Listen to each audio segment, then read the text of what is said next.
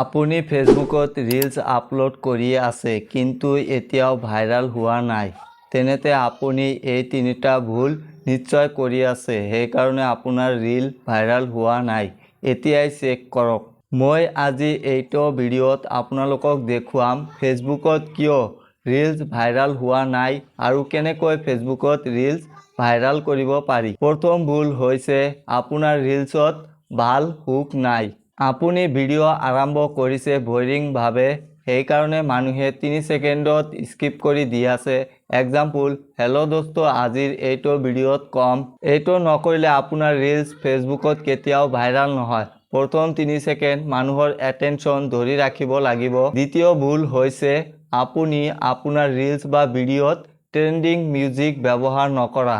2026ত Facebook এলগৰিদমে trending অডিঅ'ক বেছি প্ৰায়োৰিটি দি আছে। আপুনি আপোনাৰ ৰিলছৰ কাৰণে কেনেকৈ ট্ৰেণ্ডিং মিউজিক ব্যৱহাৰ কৰিব, নাইবা ক'ত পাব?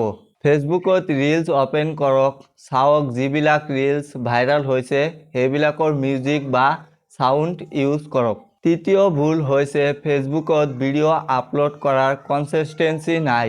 এদিন এটা ভিডিঅ' আপলোড কৰিলে 5 দিনমান গায়ব হৈ যোৱা, এনেকৈ আপোনাৰ পেজ কেতিয়াও গ্ৰ' নহয় নাইবা আপোনাৰ ৰিলছ কেতিয়াও ভাইৰাল নহ'ব।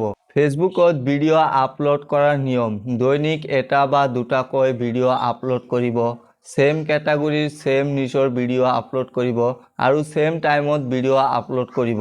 যদি আপুনি এই টিপছবিলাক ফ'ল' কৰে তেন্তে আপোনাৰ ফেচবুক পেজ নাইবা প্ৰফাইলত ৰিলছ ভাইৰাল হোৱাত বৃদ্ধি পাব। ভিডিঅ'টো ভাল লাগিলে এটা লাইক কৰক, কমেণ্ট কৰক আৰু চেনেলটো ছাবস্ক্ৰাইব কৰিবলৈ নাপাহৰিব, কাৰণ এইটো চেনেলত আপুনি ফেচবুক ৰিলেটেড ভিডিঅ' পাই থাকিব সপ্তাহত 2টা বা 3টাকৈ।